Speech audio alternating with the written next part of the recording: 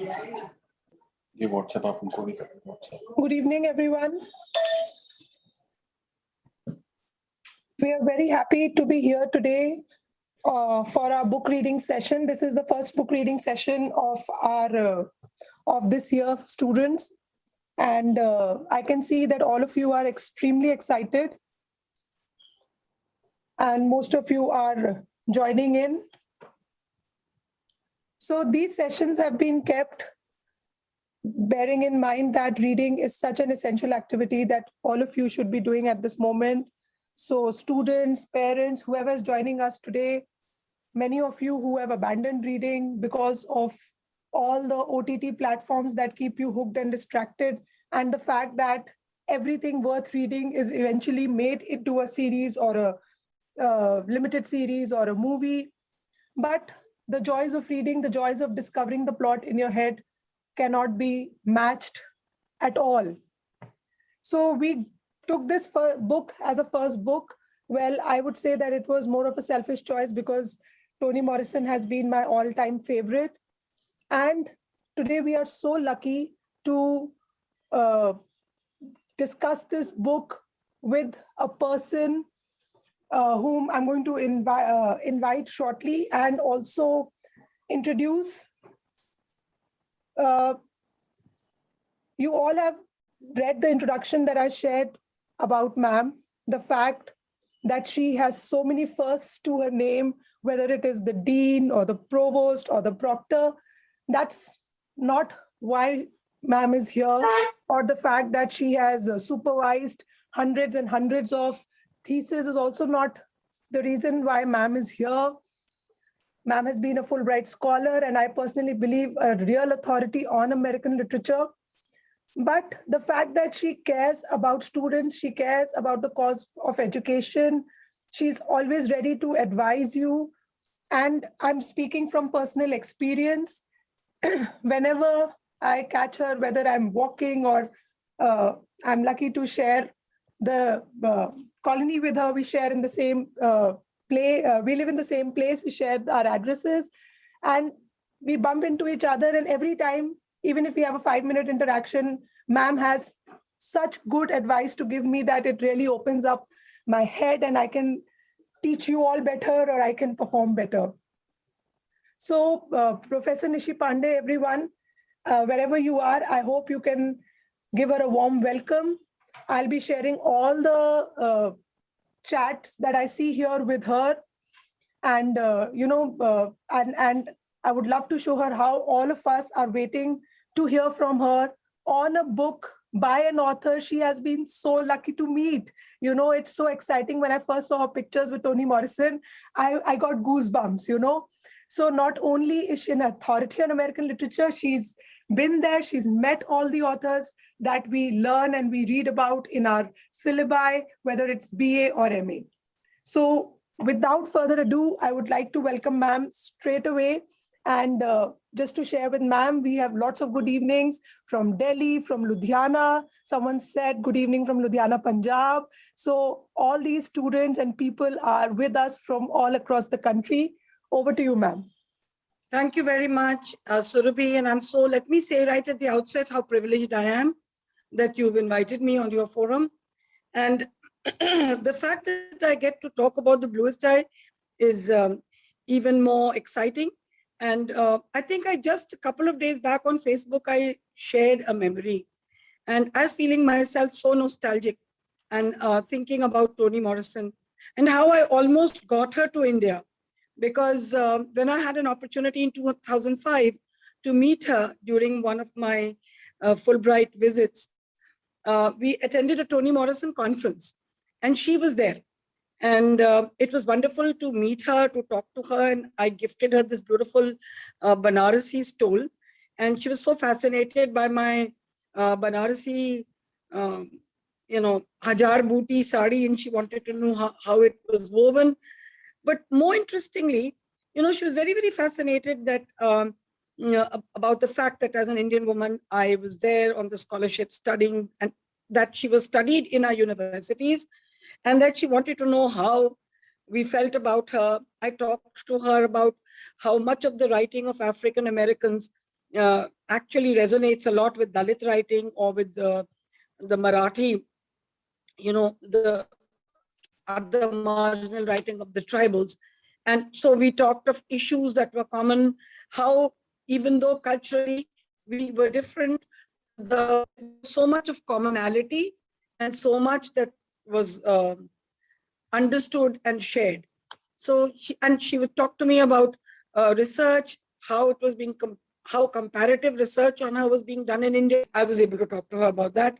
And she also wanted to know about arranged marriages. She talked about in the time following the Great Depression in the 1930s. And it was the kind of economic change or economic crisis that the world has never ever experienced an economic crisis of that magnitude ever. So the novel is set in about 1941. It is about this young girl, an African-American girl who considers herself, as very ugly because she thinks that she's got dark skin and she thinks that her mannerisms are not right. And so as a result of this, she develops a kind of an inferiority complex. And she just keeps having this burning desire to have blue eyes because she equates blue eyes with whiteness. And so she thinks having blue eyes will make her white. Because you must understand that the American society segregation was very, very common, equal status given to, despite the fact that there was no slavery after Abraham Lincoln abolished it. There was never any equality. The kind of marginalization that the African Americans felt was, they stood up against it in the 1960s with Martin Luther King talking of the civil rights movement.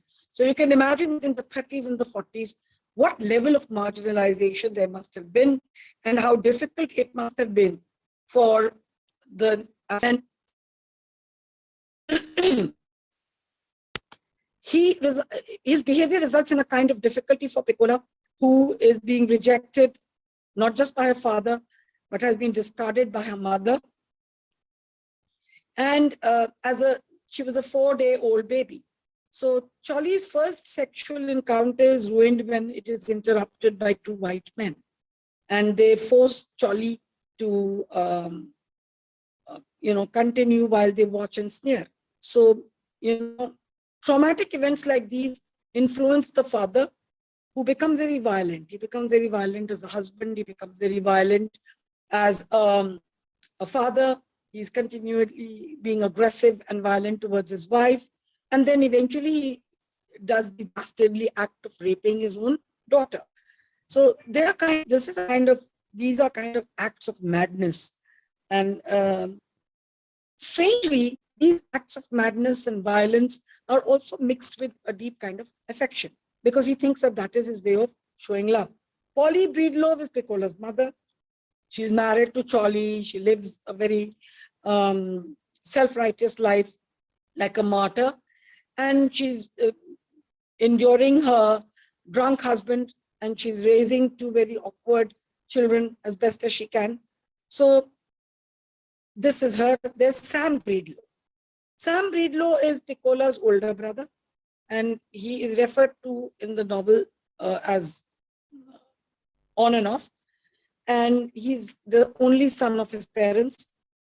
He has very little role to play in the novel, but like his sister, he is affected by the aggression in the house, the disharmony in the house, the discord in the house, and it deals with his anger by just running away. Then there's Auntie Jimmy. She's Cholly's great aunt, and she takes him in to raise him after his parents abandon him. And so this I'm talking about Cholly. Cholly is the father of Piccola.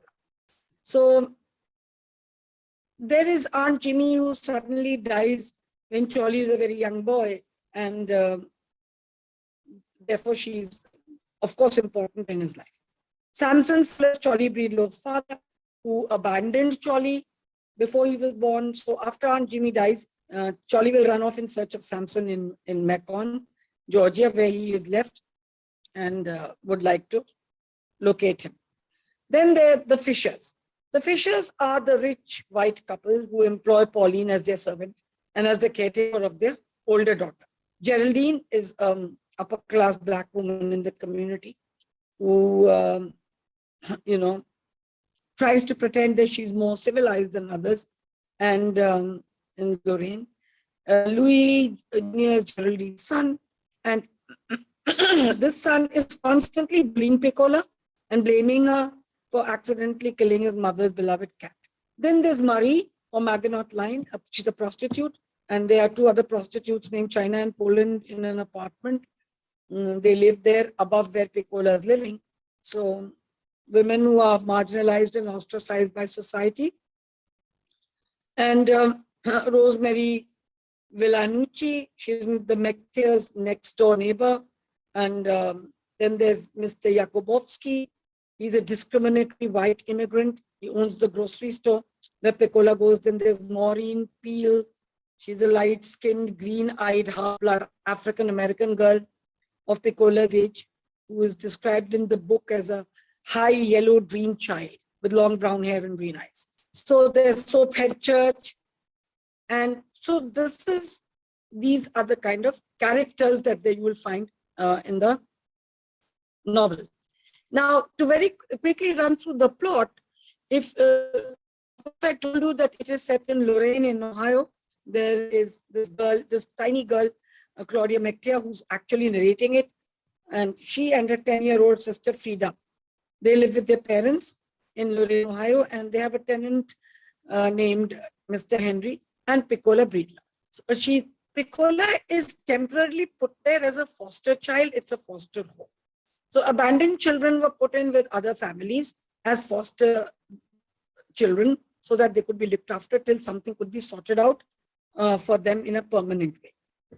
Now, why did she have to become a foster child? Because, she came from a very disrupted family. She had a sexually abusive father who was very, very aggressive, who was very, very violent. He was alcoholic. There was a lot of instability. He was mentally considered unstable. So Piccola is, she has had to be removed, and then she's been put into this family. And she's a very, very, very withdrawn, silent, passive, quiet child, very little money, very poor. Imagine her parents being verbally and physically abusive of one another. And she's continually reminded of and told how ugly she is. And all the people in her family, in her community, in her neighborhood, they're always telling her how ugly is she. And there is this yearning and longing in this child to want to become, look beautiful. And then she, she starts wishing that she has blue eyes because, there is this, Shirley Temple image of the American movies of the perfect American beauty, the child with the beautiful soft flaxen curls and these lovely blue eyes. So Piccola wishes for blue eyes. So there are, if you look at the structure, there are titles and extracts from the Dick and Jane paragraph. Now, just to give you a little bit of a background of what is Dick and Jane. Dick and Jane were two main characters created by Zerna Sharp, who, they created a series of basal reading, which was written by William S. Gray, when they wanted to teach children to read. So in 1930, these characters appeared, and they continued in subsequent series of books through the final version in 65. So these readers were used in classrooms. Just say we say, Ram aam khata hai. So yeah, Sita, Ram and Sita, we use them as words in Hindi language to keep teaching children certain things, or we use certain names. So Dick and Jane were, these kind of characters who are there. So, I will come to that, how the Dick and Jane work is used, but the novel moves through flashbacks. And it will explore the younger years of both Piccola's parents, Cholly and Pauline, and of course her life. And it largely focuses on the struggles of African Americans in a strong white Anglo-Saxon Protestant community. Now there is this term WASP, white Anglo-Saxon person. When we look at the models of patriarchy, the wasp is at the center of it and has the maximum power, the white Anglo-Saxon person. So the white Anglo-Saxon Protestant community was the dominant community, and they marginalized because of them being central. The kind of marginalization that happens to the African American community is what is discussed with in this novel. So the mother is now working as a servant for a much wealthier and white family. And, one day Piccola is busy doing some dishes and then her father rapes her.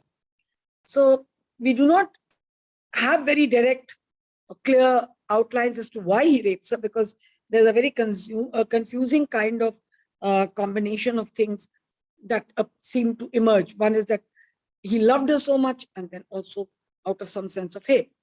And then he rapes her a second time. And after he rapes her a second time, then he runs away and leaves his daughter pregnant. Now, Claudia and Frida are the only two in the community, girls, these two girls, who keep praying that Piccola's child will survive in the coming months.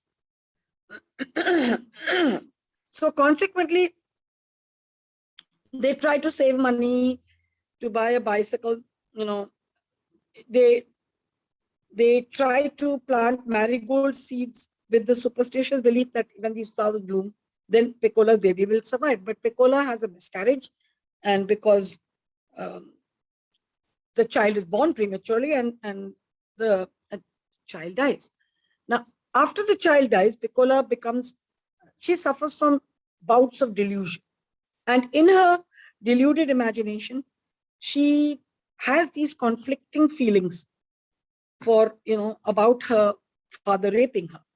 So there are lots of internal conversations in the novel, if you would have noticed, where she's speaking as though she wished for her blue eyes, as if she's already got her blue eyes, and that she's special, and that everybody is looking at her and approving of her and caring for her because of her blue eyes. Whereas most people were having a kind of a sympathy for her and empathy for her because of the news of her rape. And then she started to behave in this strange kind of deluded manner, which is the reason for people actually getting concerned about her and thinking about her. So Claudia, who's narrating this whole story, describes this phenomena of Piccola's insanity.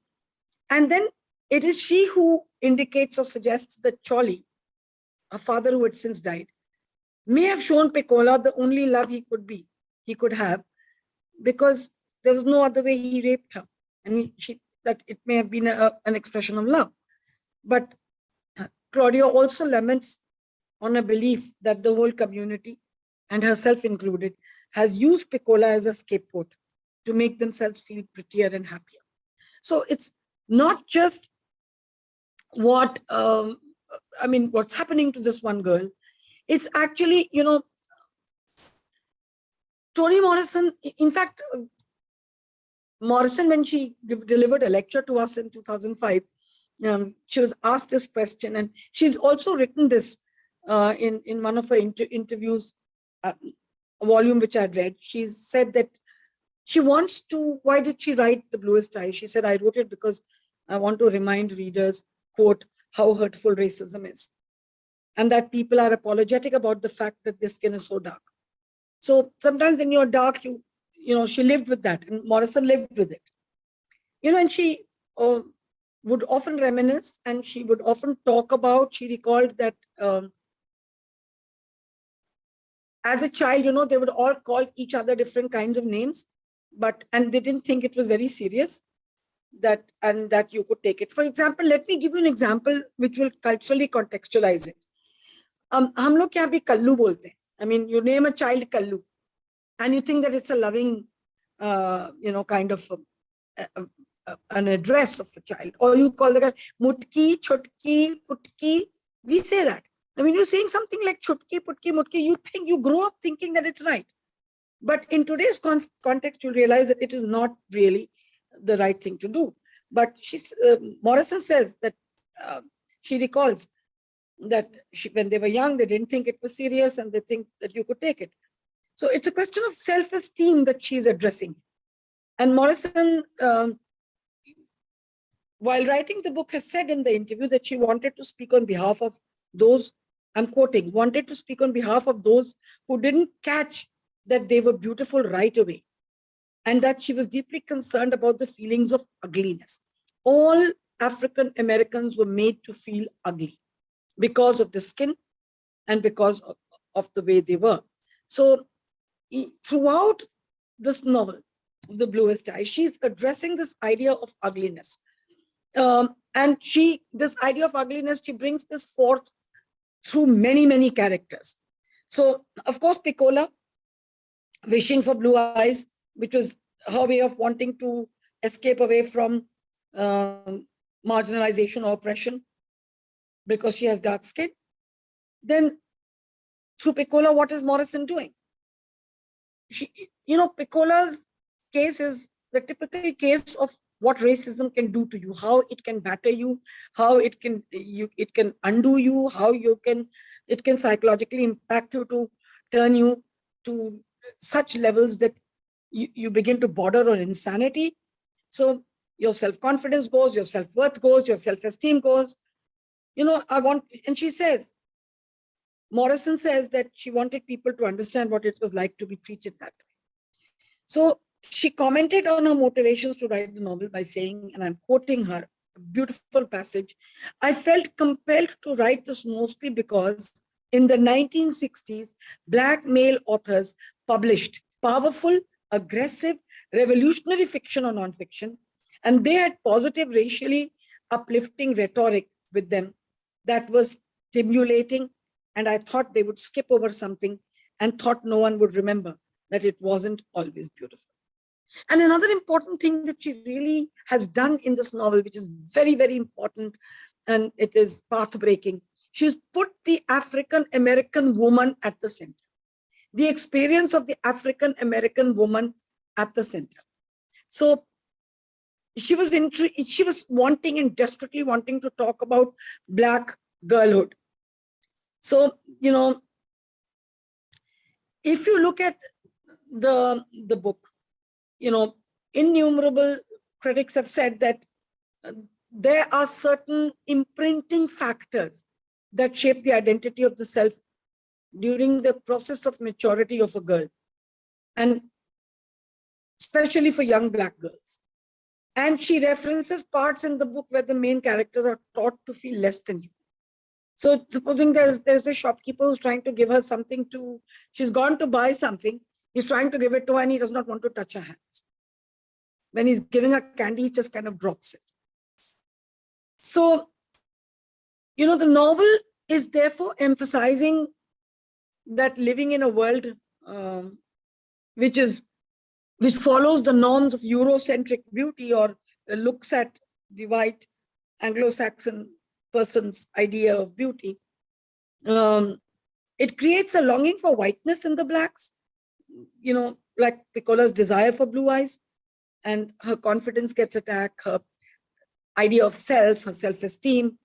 And there are references to Shirley Temple and Dick Jane, which are there. So the novel actually will also talk of white lifestyle standards. Dick and Jane novels were very popular in the mid-20th century.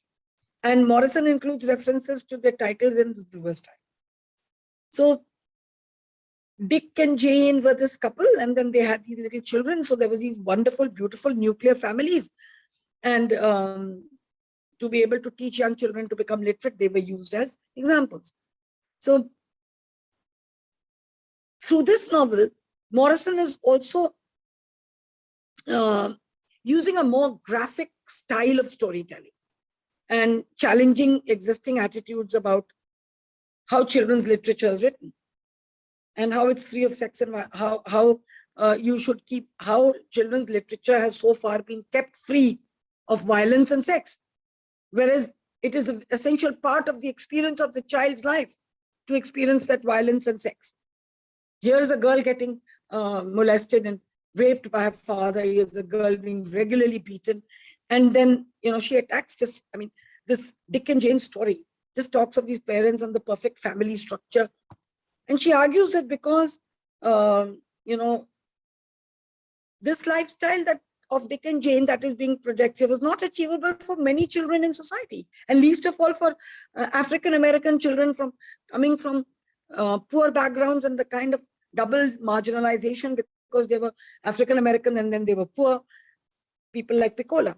So throughout the novel, the image of this ideal family, the white family, it contrasts with the family structures of the African-Americans, especially Piccola and the others.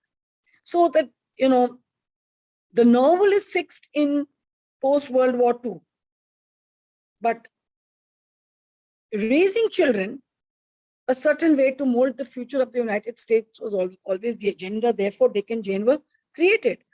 So there are strong, you know, these are issues that you could probably just keep focusing on and noticing. Here are Dick and Jane, the perfect parents. And then there is Piccola's father, who is neither strong nor is he being able to put a family together, keep his wife together, keep the child together. So your emasculation of the African-American male. You know, Piccola's father's behavior is not like a typical American family's father's behavior. So he's being, you know, he's being deviant, and therefore he's not being accepted. And here are people who've been oppressed all their lives, and they in turn oppress their families. So racism is a very prevalent factor in their broken homes. And racism has that kind of impact that it does not allow the African-Americans to actually have a family life. Now here I'd just like to make a small reference for you to remember. When the African-Americans were brought in as slaves, when slavery began, you know what used to happen? They used to bring in the family, and they used to, when they were sold in the markets, the mother or the woman was sold to a separate person, and the father was sold to a separate person.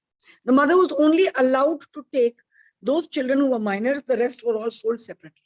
So when you look at slavery in America, the roots of slavery in America were about demolishing the structure of the African-American family. So all of these people were actually subject to all kinds of, you know, disturbing, psychologically disturbing situations. Their self-esteem was eroded. They were raped and used and abused, and so much violence meted out to them by the whites. And within themselves also, they had internalized racism so much that, you know, it actually became a part of their living, and they really, really could not understand how they could behave in any other fashion other than the violent, abusive way in which they were. So a majority of them, therefore, were there. Then, you know, this whole idea that the whole sense of beauty that pervaded in society, that the fair was beautiful, the blue eyes was beautiful, and golden hair was beautiful. So the Eurocentric ideals of family and beauty are very beautifully expressed in the Bluest Eye, and to also show that they were transferred from generation to generation, often within female relationships. So this intergenerational oppression manifests itself into shame and self-hatred. And you can see that in the development through Piccola's character. There is a space for religion also. Another important theme in the Bluest Eye is religion. How does it appear? You know, Morrison's work possesses a fourth face outside of the Christian Trinity. You know, we have the Christian concept of the Trinity. You know, God is being one God existing in three co-equal, co-eternal, co-substantial persons: God the Father, God the Son, Jesus Christ, and God the Holy Spirit. Right? And then you have this whole idea of the fourth, so which Morrison seems to be, looking at and presenting. So she has, her work possesses a kind of fourth face outside of the Christian Trinity. And this represents the existence of evil and the suffering of the innocent. So Piccola's suffering stems from her attempts to rationalize her misfortune with the notion of an omnipotent God. So it is argued by critics that much of Piccola's story suggests the insufficiency of Christian beliefs for minorities who exist in a predominantly white majoritarian society. And this ideology damages Piccola and her mother Pauline. They fully accept Christianity and they spend their time, especially Pauline, caring for a white family as opposed to her own.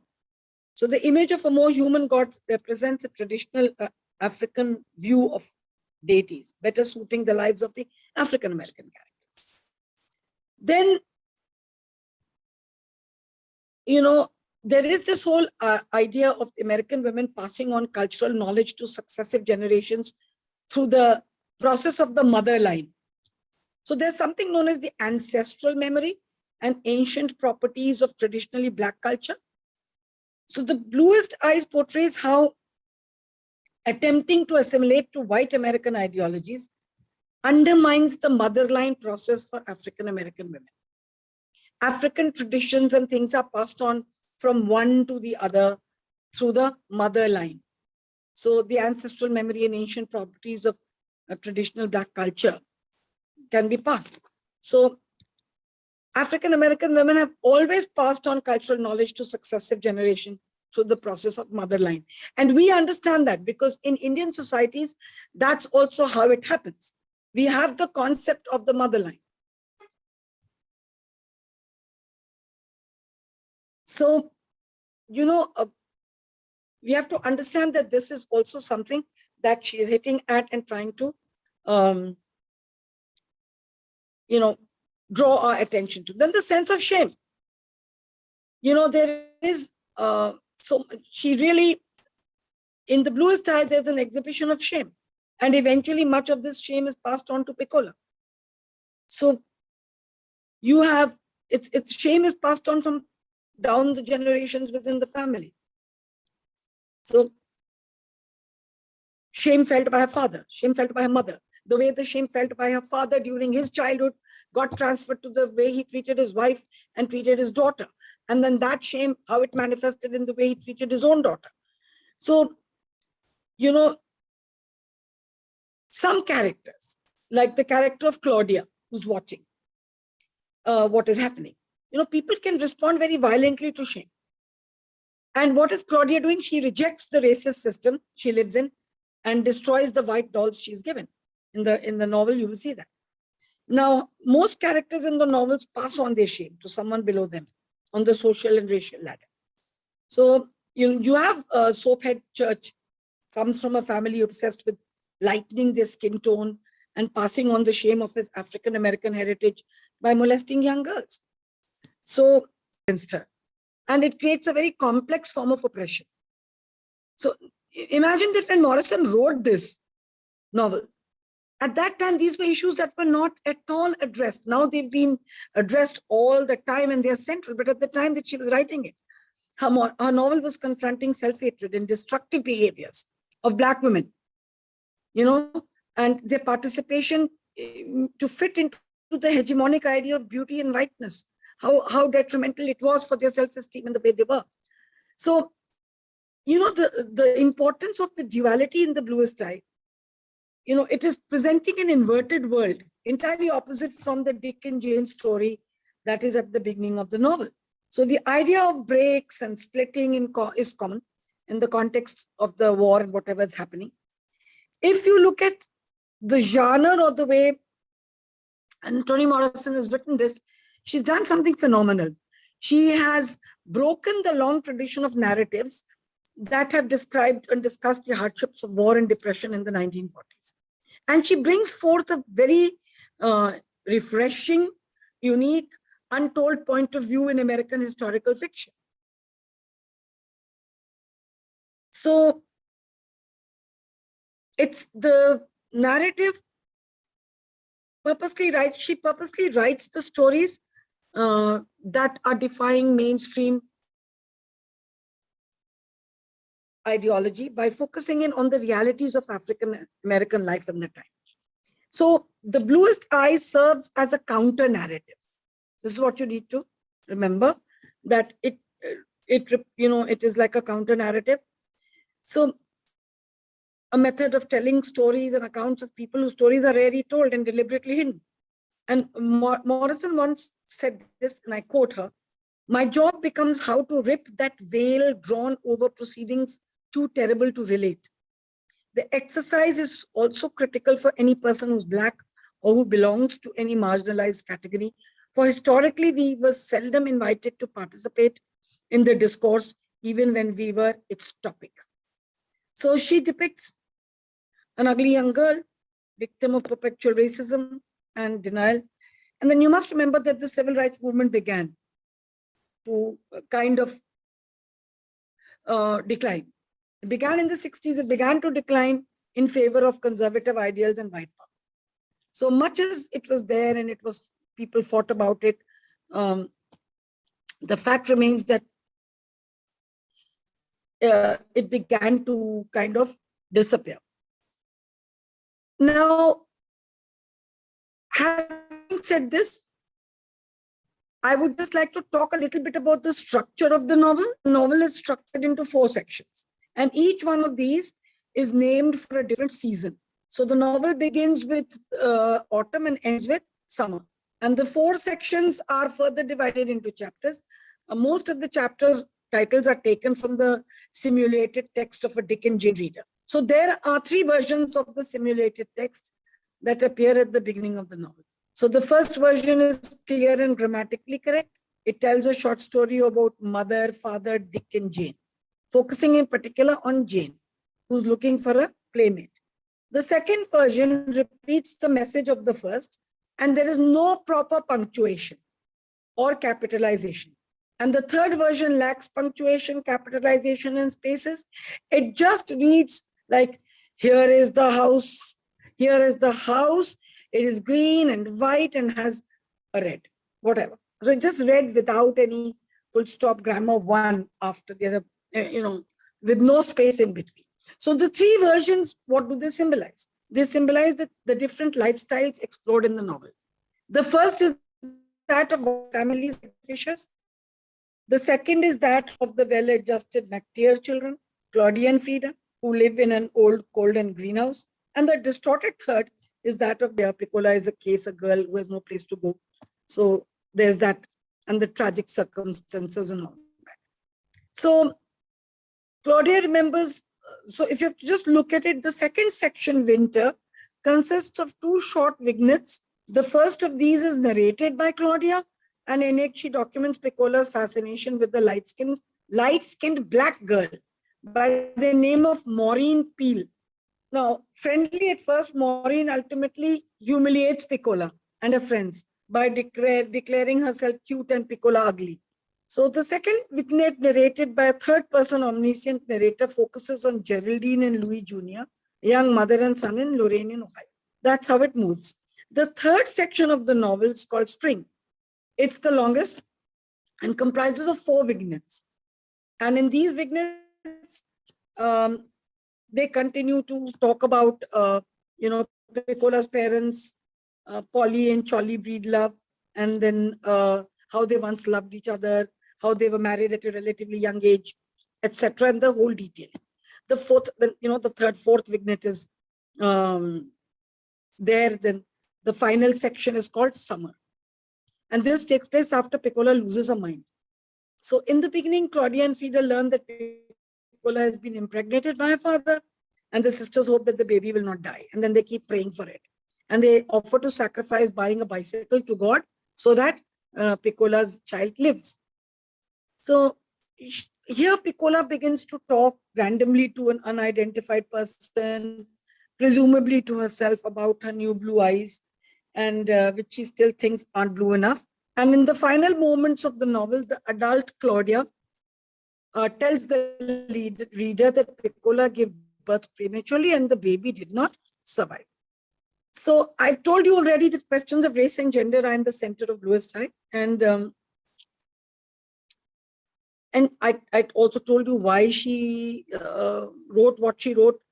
You know, she was very worried that, you know, the publications by Black men were very positive, racially uplifting rhetoric.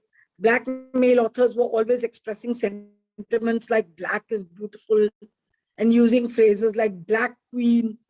So at that time, Morrison worried that people would forget that Black wasn't always beautiful. And in the Bluest Eye, she set out to remind her readers how hurtful it is, a certain kind of internecine racism, how it is. So she conceived of the idea for the novel for some 20 years before its publication. And she shares this always. And during an undergraduate creative writing workshop at Howard University, which is in a university of Black women and Black people in Washington. So she worked on a short story about a young Black girl who prayed for blue eyes. And the story was in part true. It was based on a conversation with a childhood friend who wanted blue eyes. And implicit in her desire, Morrison observed, was racial self-loathing. So Morrison always wondered, you know, how her friend had internalized society's racist beauty standards at such a young age. And in 1965, when Morrison wrote the short story, which became a novel, and she developed it into an extensive study of the socially constructed ideals of beauty and ugliness. So what does she actually do? In the Bluest Eye, Morrison is foregrounding the demonization of Blackness in American culture. She's focusing on the effects of internalized racism through characters like Geraldine, Polly, Piccola, and other characters. You know, even the most subtle forms of racism. There's racism even from within the Black community can negatively impact self-worth and self-esteem. Let me give you an example. In our society, if a girl is Black, just about everybody in the family who's even slightly brown in color will end up telling her कि तुम काली हो. अरे तुम्हारी लड़की तो बहुत काली है. हम अभी भी कहते हैं, we see Kashmiri girls, how beautiful. You will not look at features simply because a girl is fair. We all as Indians tend to say, how beautiful. We haven't bothered to see whether she has small eyes or a long nose or a face which does not have proportion. Simply because she is fair, she is beautiful. So what is that? That, you know, to understand that race, this is also being racist, that, you know, brown, and there's a difference between brown and Black and white. So even within the shades of brown, the lighter browns think that they are fair and the ones who are darker brown are looked upon. Have you actually seen how Indians respond to these poor students who are coming from African countries? How do we behave with them? Imagine how the whites would behave with them if we as browns behave this way with them.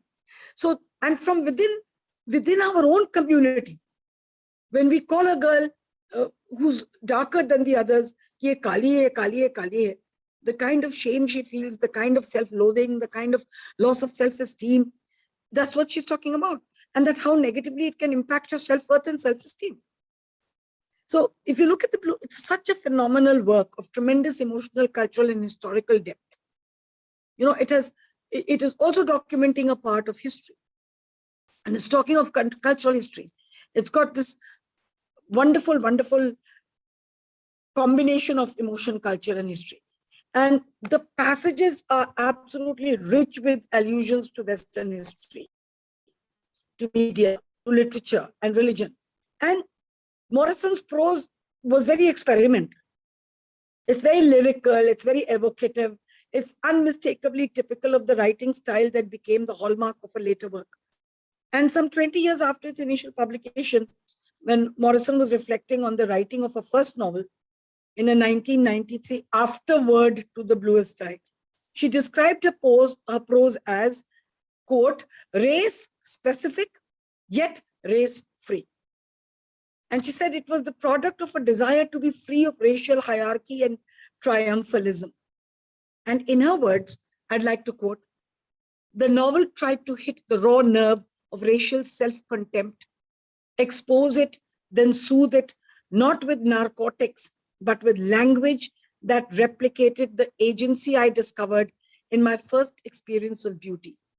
Because that moment was so racially infused, the struggle was for writing that was indisputably Black. So this form of the novel was very experimental, was highly innovative, and she built a shattered world to complement Piccola's experience. And then a constant changing of narrators, the constant changing of focal points within and between the four sections. The narration alternates between first person and third person omniscient. So the events of the novel are held together by seasons in child time. So they are narrated mostly non-chronologically. The novel is very short, fairly short. It's only about 164 pages. And there is a structure and frequent shifts in perspective, which are key part of Morrison's attempt to imagine a more fluid model of subjectivity, a model that she hoped could offer some kind of resistance to a dominant white culture. Why do you think Morrison keeps shifting the point of view? Because Morrison effectively avoids dehumanizing the Black characters. Because if you had one perspective, you would trash Piccola and you could really lead to her collapse. Instead, she emphasizes the systemic nature of the problem. She shows the reader how the racial issues of the distant and not so distant past continue to affect her character in the present. So there's something that's handed down from generations. There's something that's getting thrown to her from her own race. There's something that is getting thrown to her from the whites. So how her present is impacted by the past, by her own culture, by her own cultural traditions, beliefs, also by the whites around. So that's why she takes this multiple perspective. Now, it was published in 70. There have been numerous attempts to ban the Bluest Eye from schools and libraries because of its depiction of sex, violence, racism, incest, child molestation. And in many American library associations list of banned and challenged books, you have this book. Nonetheless, the novel has been categorized as an American classic, and it's in the tradition of Edgar Allan Poe, Herman Melville, Mark Twain, and William Faulkner that we look at it. Do I have just another 5 minutes or 10 minutes, or should I be winding up? Yes, ma'am. We do have 5 minutes, and maybe 5 minutes I can read out some questions and comments. All right. So I just wanted to,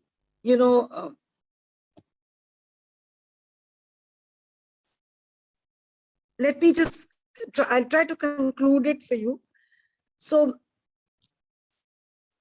when you see the novel, as the story ends, you find the poor blighted Piccola Breedlove. She has been more or less abandoned by the townspeople, who treated her with scorn for most of her life.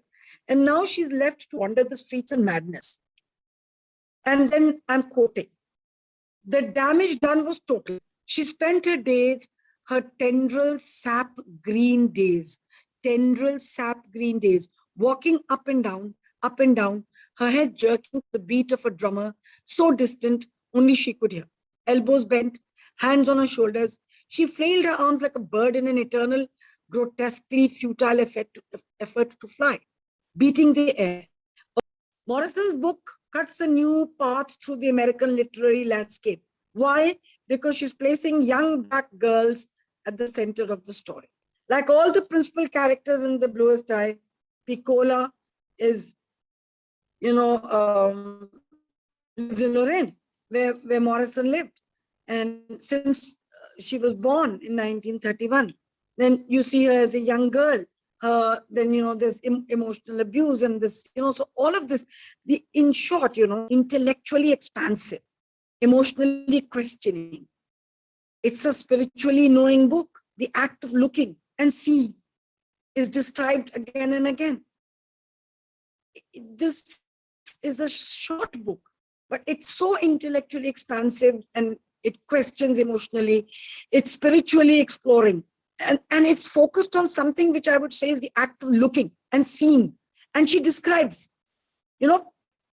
one example, peering through a window in their family home, Claudia and her older sister, Frida, catch a first glimpse of sex. A beloved boarder is consorting with a notorious prostitute. What can it mean, him sucking on that woman's finger? Is that love? Or is it what a man does to and not with a female? So, there are so many such incidents which are, described. So all of this looking, some from Claudia's side, they bear witness to much. And this looking is what is important. And of course, it's something that, people have emulated or improved upon, etc. And Morrison had said that she wrote Bluest Eye because she wanted it read. And she, really did want it read. Now, finally, to conclude, I want to just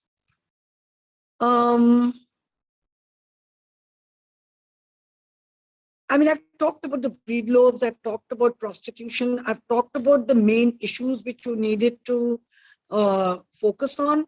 And I would like,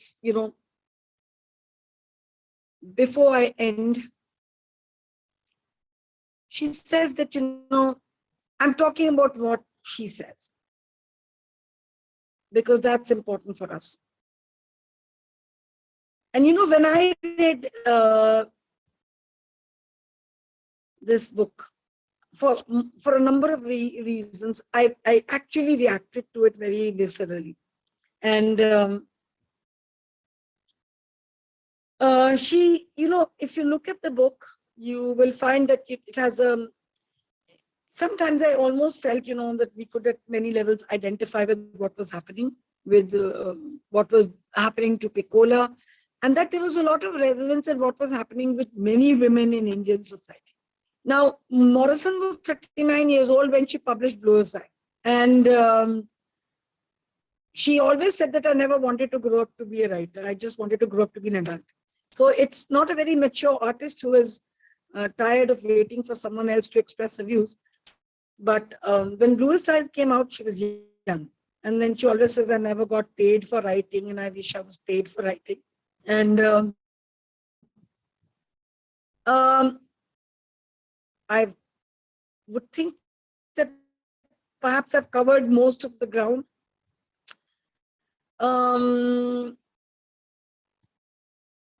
Okay, now I'd like to close this with a quotation from Morrison. She wrote, and she says this about writing. The point is not to soak in some warm bath of nostalgia about the good old days. There were none. But to recognize and rescue those qualities of resistance, excellence, and integrity that were so much a part of our past and so useful to us and to the generations of Blacks now growing up. To create something that might last, that would bear witness to the quality and variety of Black life before it became the topic of every PhD dissertation and the focal point of all the mindlessness that seems to have joined the smog of California's movie world. Whatever that something was, it would have to be honest, would have to be rendered through our own collective consciousness. It would have to assume that we were still tough and that our egos were not threads of jelly in constant need of glue. It's very clear that nothing could have interfered with her putting this book together. And she always said that I was very afraid that young people would come to believe that Black history begins in 1964, or that there was slavery and there was a gap and then there was this book. So she's been able to address all that. She has a remarkable position as a writer. She is no longer categorized as an African-American writer. She is a writer at par with some of the best in the world, a Nobel laureate herself. If you meet her, it's just that she's writing about it, but when you see her, you do not, see her only as a Black woman writer. I don't, and I don't think anybody really does. She's risen above all that. And she has made a place for herself in the Bluest Eye as this most special place because it is her first work. And many critics have compared the Bluest Eye and the Black Book, works of the highest quality, that were tangible and galvanizing evidence that to be an artist meant arming yourself with the truth, where you came from and where you hope to go. And that, so in Morrison's writing, there is no hypocrisy. She shows that everything is possible. The Black Book and her second novel, Sula, she offers a window into her sensibility, so I would advise you to read the Black Book, and I would also advise you to read Sula, because in that she offers a window into her own sensibility as an author, which was driven by loss, effort, survival, not turning away from it. Her relatives on both sides were migrants from the South, she explained, and she knew that they had suffered and persevered. So she writes beautifully there, and I would advise that you should read Sula, and you should also read the Black Book. And I'll be happy to take questions, and I'm grateful for this session. Thank you so much for inviting me. Are there questions you'd like me to address, Surabhi? Yes, ma'am, there are lots and lots of comments, and of course, most of the people have, of course, are saying that, you made them think about so many things that they didn't ponder over while reading the book. And of course, the session and all was riveting. There was one question which wanted you to talk about how Bluest Eye and the color purple of, if there is any mid ground where they can be compared or they are like each other. And it's wonderful because when I was listening to you, it was so real that, African women are at the center of this, and made me think about this other book, which made Ripples, The Help by Catherine Stockett. Yes, absolutely. So this girl wanted to know if the when you talk, can I respond to this, the color purple? Yes, I look at it this way, that if here you're talking of Piccola and the life of a young girl, and the impact of what was happening and how the impact that there was to their life and their mother. The color purple goes many notches further. So it talks of a longer span of time in the life of a woman and the multiple levels of suffering. Can you hear me? Yes, ma'am. All right. So of course, they're common because they're talking of the African-American experience, both the novels. But you must understand that Toni Morrison was setting the tone for what was to come later. So this is one of the first and earliest of the novels which will change the way the narrative for African-American novelists and for other novelists in America changed. So to that extent, yes. But they are comparable because they talk of the African-American experience, and they both stem from a deep sense of truth and acceptance of what life is for them and the reality of their own life. So to that extent, yes, comparable, but then they come into different points in the literary history, and therefore you can see them as connecting and one of growth. I would also like young Indian students to actually look at, when you read the story, just place a normal Indian girl in that situation. A poor Indian girl within the family, say belongs to a servant class, parents are poor and she's dark and isn't this exactly the same experience hundreds and hundreds of Indian girls are undergoing? Aren't women and young girls in families being raped and molested by their own fathers, being impregnated, bearing children? How different is it? It's not different at all. In fact, most of us, if we look carefully at our own society, you'll find that. It's just that we're not willing to write about it. But films are getting made, of course. Our NGOs continue to work. Our authors do not pick them up centrally because they do not matter and they are irrelevant. And the ones who are reading are of a particular class or a particular level where this does not interest them. So I remember that when Bitter Chocolate appeared, Pinky Virani wrote Bitter Chocolate about her own sexual harassment in her own home and the molestation, constant molestation by an uncle. That book actually shocked so many. But it did open the doors for people to begin to explore the idea that the maximum amount of violence against women is happening within the families. It's not someone from outside who's doing it.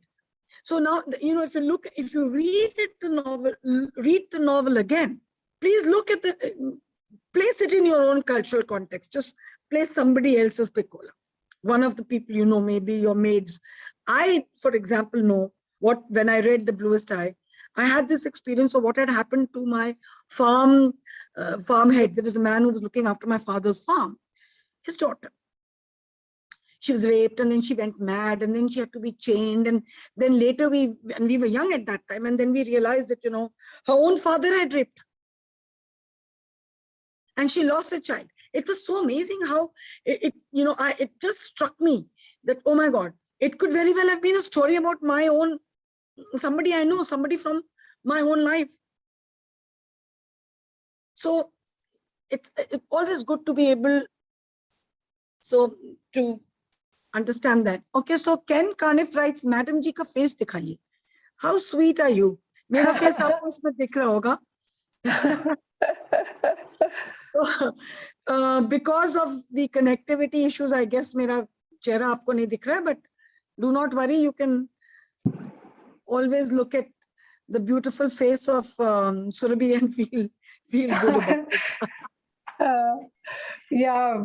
Because there was a little streaming issues, No problem. And we got the whole session went on smoothly. I'm so glad, and everyone got to hear you, ma'am. I think we have one last question on ugliness. So we'll just take one last question, and of course, we'll try to answer as many questions on email later on. Yes. That Piccola, Polly and Sammy's ugliness does not belong to them, while Charlie's ugliness was a result of his upbringing. That's Navyashri. So couldn't it be that ugliness that they put on became real ugliness, so to speak? See, what happens is, you're talking of two things. Here there is there's the question of self-image. So when you look at the concept of self-image, these young girls are looking, when the young girls are growing, there is this whole notion of beauty, right? So that comes actually in one sense is about physical beauty. So how they look and how the hair looks and how they can sexually attract men. It's really physical. But when you're talking of the father and you talk of that ugliness, there's an ugliness of character. That ugliness could be there in a white man too. Whereas the ugliness that these girls are experiencing is not experienced by the white girl. It's not something that the white girl struggles with.